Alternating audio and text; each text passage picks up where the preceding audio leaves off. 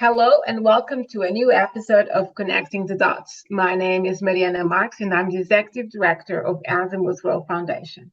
In 2016, on April 28th, Congress passed the National Bison Legacy Act, which would lead to bison being named the US National Mammal. The act recognizes the historical, cultural, and economic importance of bison and how this species stands as a symbol of unity, resilience, and healthy landscapes and communities. The bison is a prime example of the importance of promoting a balanced relationship between humankind and nature, which is one of our pillars at Azimuth World Foundation. The near extinction of the bison in the 19th century is essential to understanding the history of the United States. In the intersection of the devastating past of the bison and the hopeful future we can now envision for the species, lie the present efforts to conserve the bison and restore its tribal lands. And so we couldn't be happier to have Jason Balls as our guest here today. As the Tribal Buffalo Program Manager at the National Wildlife Federation and a board member of the Intertribal Buffalo Council, Jason has been dedicated to the conservation, restoration, and cultural revitalization of the bison. He's a member of the Eastern Shoshone tribe from the Wind River Indian Reservation in Wyoming, where many wild bison now roam as a result of the initiatives he has led. Having Jason with us is truly a unique opportunity to grasp the cultural and scientific significance of sharing the world with the bison. So Jason, hello, thank you so much and welcome to Connecting the Dots. Thank you very much for the invitation. Any chance to talk about buffalo is a good day. Good. So Jason, I would start, asking you. So growing up, what are your memories of hearing about the bison? Do you remember how the story or stories impacted your childhood? Sure. My father was a biologist, and so he worked to restore other species to the reservation, such as the pronghorn antelope and bighorn sheep, which were extirpated prior to 1984. So growing up, we were hunters, fishermen. We camped a lot, and so spending time outside and outdoors was a priority because that was how we have always lived with the landscape, with the animals. There's a relationship, there's a reciprocity. That's our food source. So hunting elk and deer and the other species, once where the pronghorn and bighorn sheep were restored, even hunted them.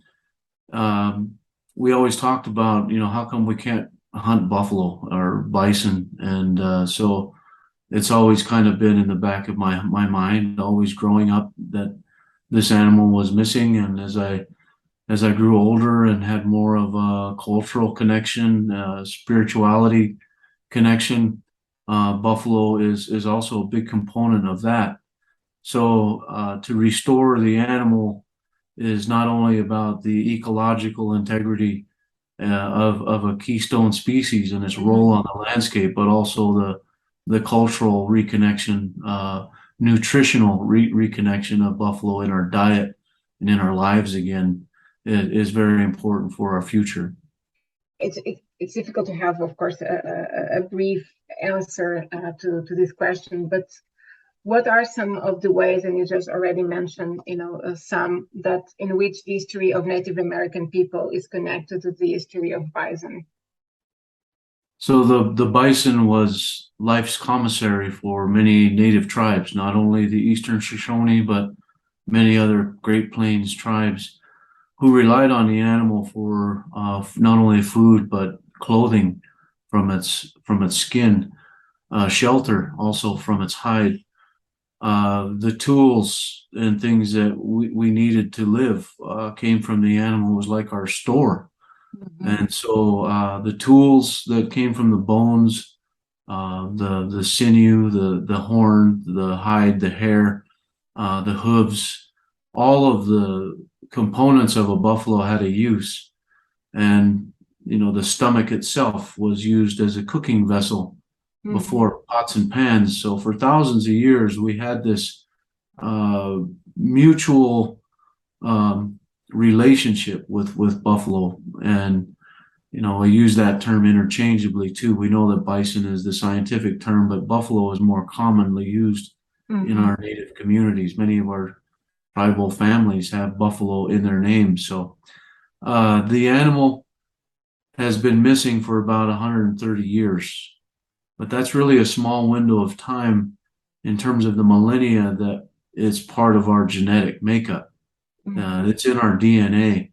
And so as we restore the animal to our communities, to the landscape in its rightful place, then the healing in essence can begin.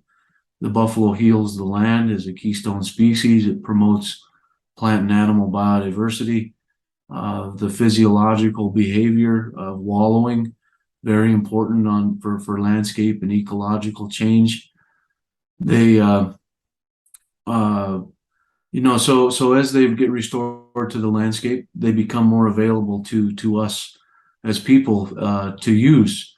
So appropriate field harvests where we do a field kill and through prayer and through ceremony, and then we engage our youth and our elders in that process to relearn how we use that animal from the hoof up and how all of those parts are utilized again so that we can reconnect our people with not only eating them, but having tools and things that they want and haven't had access to for, again, 130 years. So as you know, since this buffalo has been restored since 2016, we've been able to get the animal back into the community. We've had lots of our tribal youth here to visit and see the buffalo and engage and connect and revive that blood memory, that genetic memory that's in there to have that reconnection with the buffalo. So as we're able to acquire more land, to get more animals, and then change land use priority for buffalo as opposed to cattle, because cattle was promoted and encouraged on tribal lands as part of colonization. So, undoing some of those imposed systems to make it feasible for buffalo to exist on larger landscapes. So we have to undo some of what's been done in order to make this possible. And it takes tribal leadership to support this effort. So I'm very thankful for the Shoshone and Arapaho tribes to continue to support this effort to get more buffalo and more land changed and protected for the species. Thank you, Jason. And it also would be interesting, to understand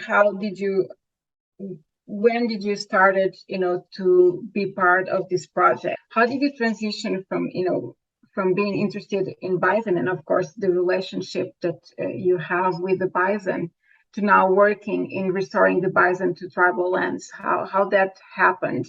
Yeah, so I became very interested in bison restoration after I took a trip to East Africa and witnessed the wildebeest in the Serengeti and the Masai Mara. That realization that the bison was in much greater number here than even what the wildebeest is. So to see 1.5 million wildebeest on the landscape, well, you can't see that many, but to see as many as I did, and to realize that the wildebeest is less than 5% of what the bison was here less than 200 years ago, really had an impact on me. And so as I returned home, I wanted to understand more about our own history. And then I focused on academics. I know I needed to have a science background to give me the academic credentials needed to open doors for larger tribal buffalo restoration. So I focused my undergraduate and graduate degrees at Montana State University in land resource sciences. This gave me a multidisciplinary approach to understanding more about food sovereignty, about the ecological importance of bison, understanding nutrient cycling and soil remediation, and these courses that gave me a nice, well-rounded background into what buffalo restoration could be.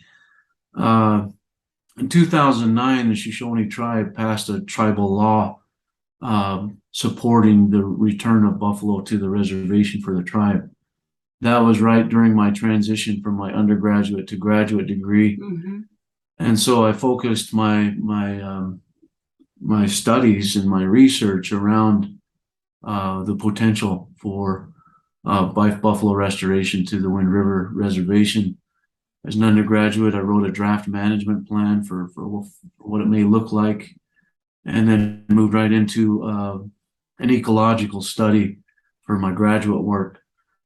I was fairly deep into my research and became more affiliated with the National Wildlife Federation.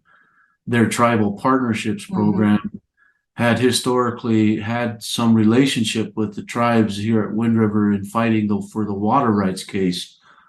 And so my father also served on the board of directors of the Federation for a number of years and worked to really establish a tribal program.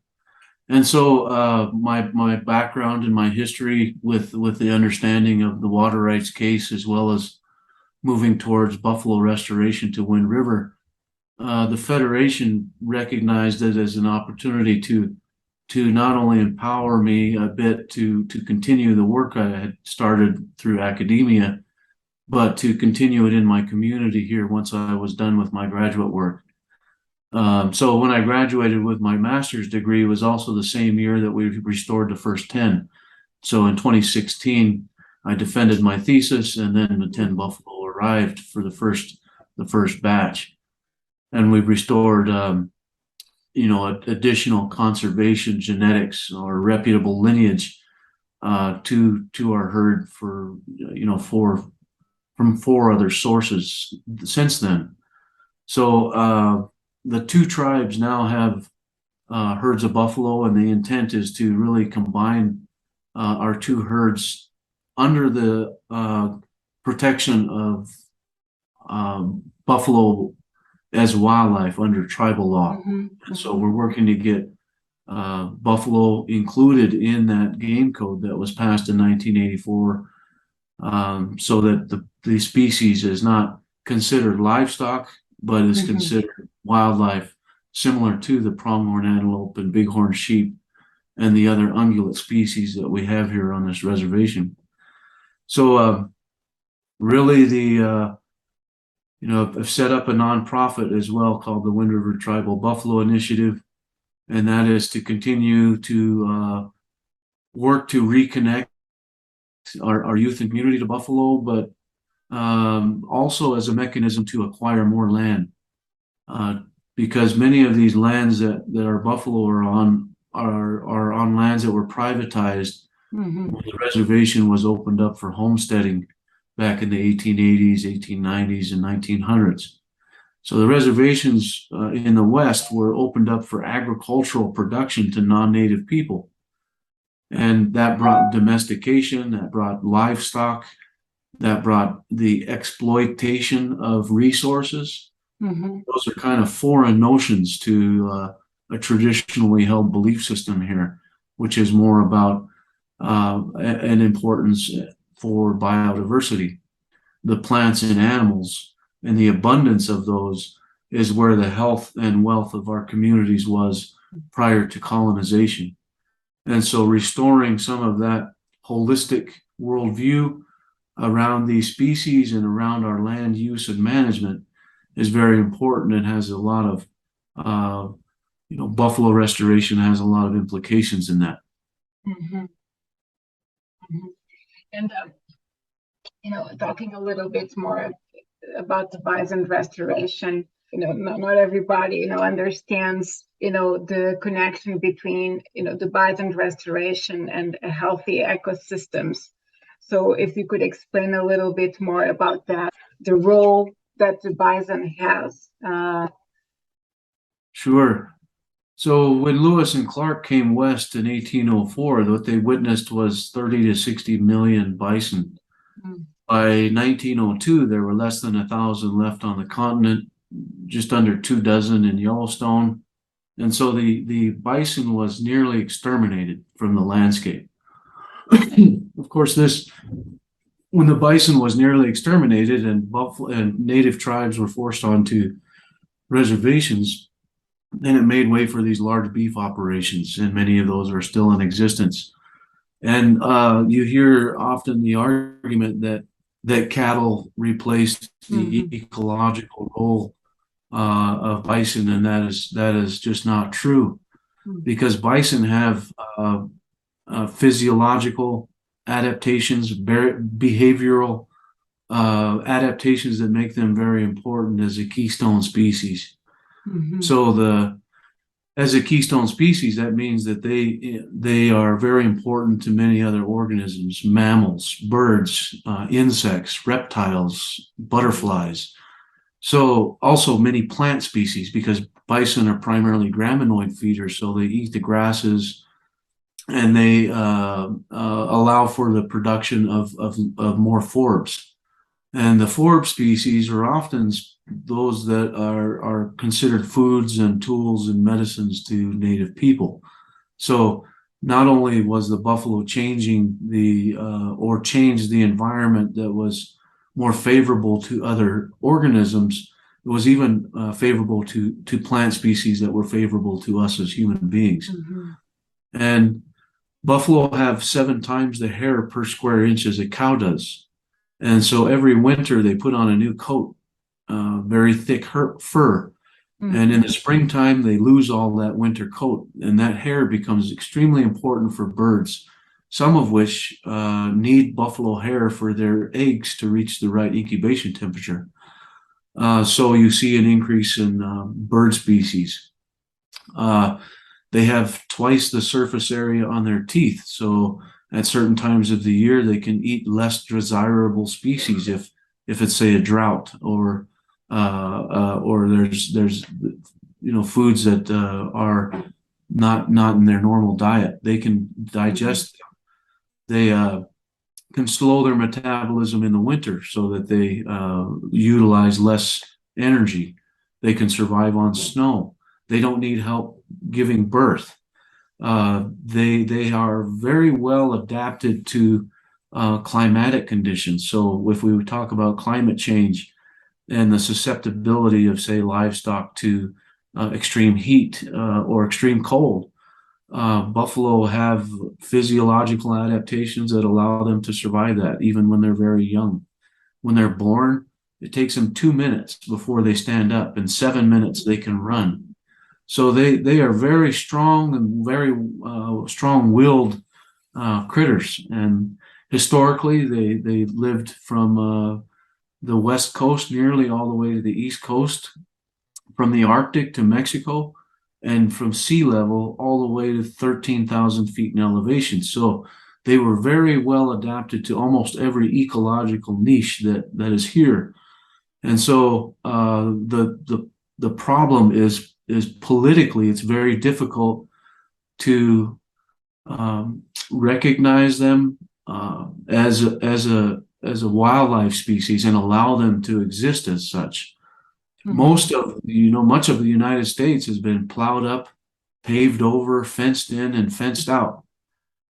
And so there's very few places that are left that aren't colonized by people. And so we have to ensure that the species has the ability to exist on large landscapes in large numbers. Buffalo right now are ecologically extinct. They exist in parks and refuges and private ranches, and they don't exist like wildlife in very many places. And in fact, some states have passed legislation to only consider them livestock, like Montana. And so it makes it very difficult to restore them to the landscape in their rightful place, unless we start with tribes, because tribal lands are safe havens, are places that have been less colonized. Not that they haven't been, but they're less so. Yes. And so the changes are much more probably possible and feasible, starting with tribal lands, and set precedent for maybe what can happen on public lands.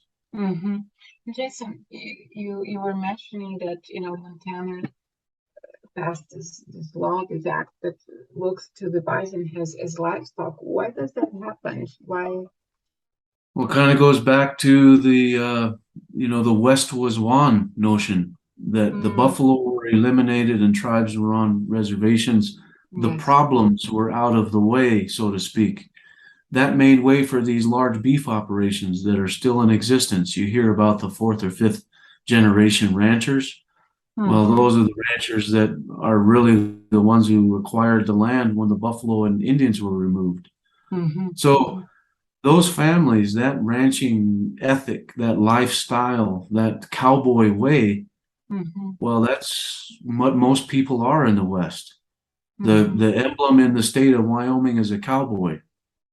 Mm-hmm. The cowboy mentality and that is something that's embraced by many people.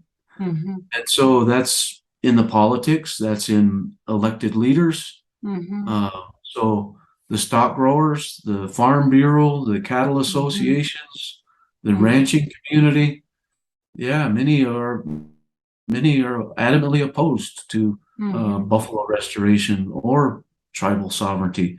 They kind of Mm-hmm. go hand in hand Yes. because tribes Mm-hmm. have to exercise sovereignty in order to restore bison. And that's against the status quo. That's against the paradigm that has been established here, the Mm-hmm. cowboy ethic. And so when we talk about land use change, it's a paradigm shift to retire grazing permits for cattle because that's been done for 130 years. To some, that's that's a legacy. Yes. To others, like myself, that's a small window of time where things were messed Mm-hmm. up. And to restore it means we have to change the paradigm, take some fences down, and Mm-hmm. decolonize land use. And one of the things that sometimes we hear is that, people always talk about diseases. They're afraid of the bison because of disease. And I think it's important, Jason, if you could help, to refute that, right? To refute that argument also of the disease.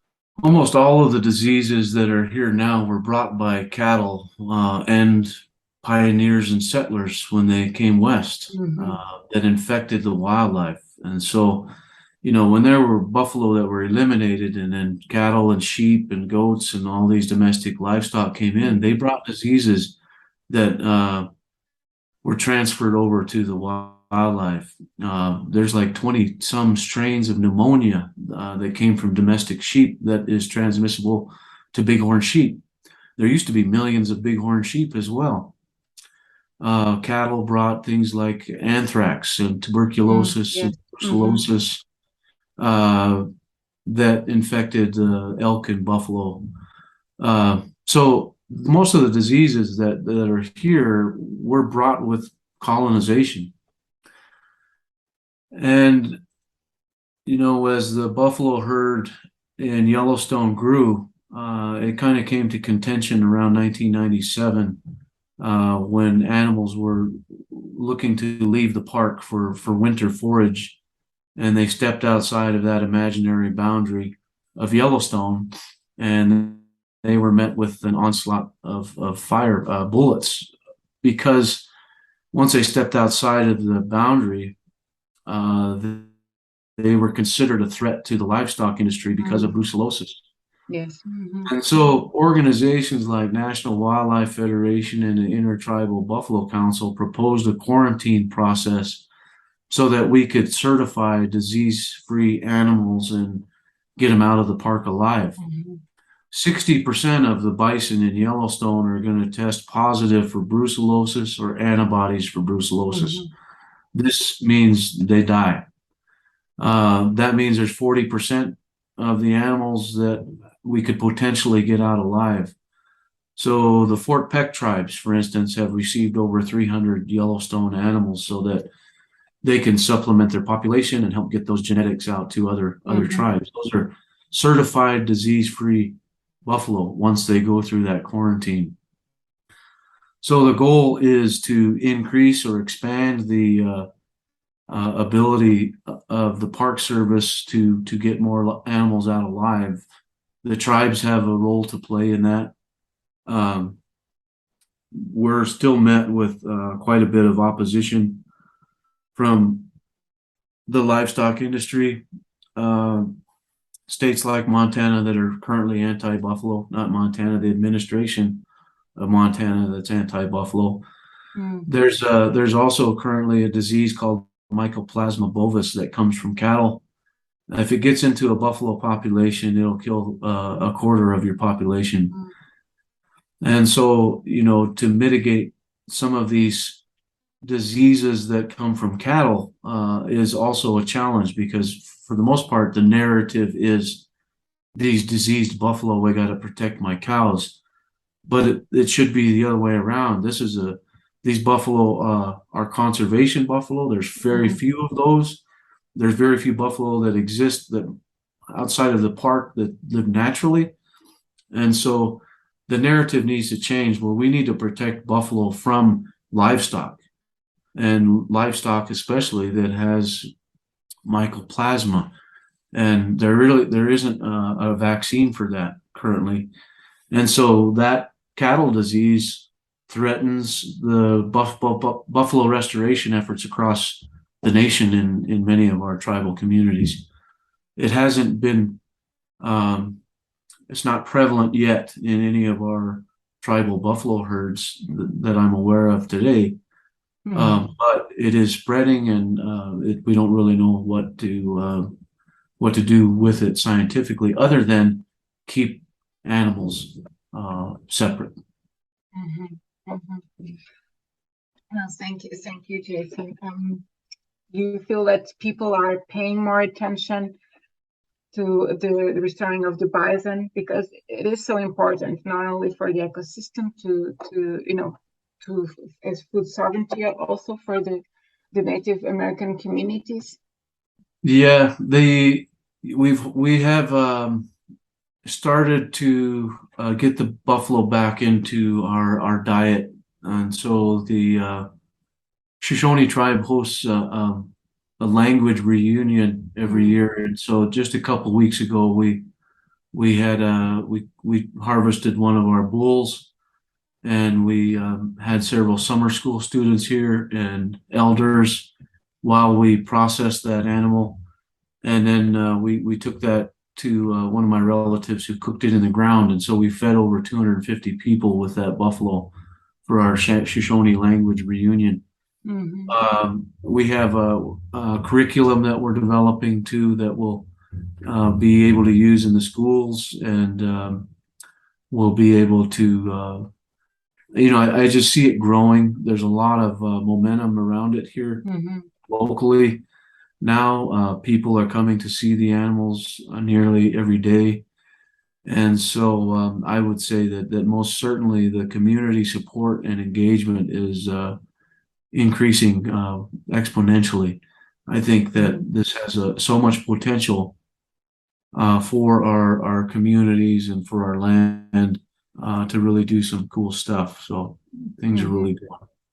Yeah, and I'm sure, for children and, for, teenagers, I'm sure the impact of knowing more about the bison, the relationship, touching, hearing, seeing him move, hearing the stories, but also being there and seeing it must have a profound impact, right? Yeah, the 800 tribal youth have been here in this summer to see the buffalo, and there is definitely a change when the teachers tell me they get back to school or they get back home. Parents, let me know at community events that the impact that it had on their kids, and it is certainly time. People are ready. People are ready for this. Bison was designated as the national mammal in 2016. In the past weeks, we've been reading, in big media outlets like Washington Post and other media, that they've been fortunately reporting about the ecological victory that indigenous tribes, are having regarding restoring the bison, to the tribal lands. We were also, Azimuth World Foundation was also part of the Bismarck State College, Dakota's Bison Symposium in North Dakota, where we had, all sorts of guests we include tribal leaders, tribal elders, historians, scientists, ranchers, artists. They all shared, different perspectives of the bison restoration, which was wonderful, to have that conversation and that discussion. Having in mind this growing interest on this topic, how do you see the future of the bison in the United States? How do you see it? Like, what would you like to see in 10, 20 years from now? Well, I don't think we'll see 60 million bison roam Yeah. freely in the United States. That's just unreasonable. However, there are many pockets of places left where buffalo can exist in large numbers on large landscapes to effectively make ecological change and benefit. If we think about climate resiliency, we should be talking about buffalo. If we want to talk about carbon storage and sequestration, it should be buffalo because it is a keystone species on the landscape. More often than not, we focus on the economic incentives from the use of public lands. We're focused on oil and gas development and exploitation. And if we would instead think more ecologically or holistically about what we want to leave for our future, for the future, for our children's children, then we should be able to reprioritize really what's important. Is it the dollar really, or is it actually the place that we live and the interconnectedness and the ecological balance? Money has no place in that, and we have to. That's a paradigm shift in itself to think ecologically rather than economically. I would hope that there is more effort to conserve the Yellowstone genetics, that we restore buffalo as a wildlife species and protect it as such. There's less than 25,000 conservation buffalo in the United States that have the Yellowstone lineage or genetics and that are managed under natural regulating factors. 95% of the buffalo in the United States, about 500,000 of them, are managed for commercial meat production. That's economic. And so there are also high levels of cattle gene introgression in the bison genome. And so again, these less than 25,000 conservation animals should have priority over the economic benefit of getting buffalo into the American food system. That's just commercialization and commodification. And so again, the dollar. So what we want to focus on here is not the economic importance of buffalo, the ecological and the cultural importance of this keystone species back into our culture, into our diet, into our lives again. And that has as much historical importance as it does contemporary. This animal is very important to all of our people today. Thank you so much, Jason. I think this was a very important conversation. We thank you so very much for being part of our podcast today and, giving some time to explain the importance for the Native American communities to the ecosystem, to the landscape. Jason, I don't know if you would like to share some final words, but for my part, I really, really thank you for your time today. Well, thank you for the opportunity to visit with you. This buffalo is is very, very important, not only as to us as Native people, but to all Americans. And so Mhm. the more that people know about this and can share it and spread the word and think about the paradigm shift about our connection as human beings to what we refer to as our relatives, the four-legged, the winged ones, the ones that swim, the ones that fly, the ones above and below the ground. These are all the things that we live here with, and that's why we refer to them as our relatives. So I would just encourage our listeners and viewers to consider your role as a steward, as a caretaker, and a protector of this place that we have and we call home. And I just want to thank you again for the opportunity to visit with you. Thanks. Thank you so much.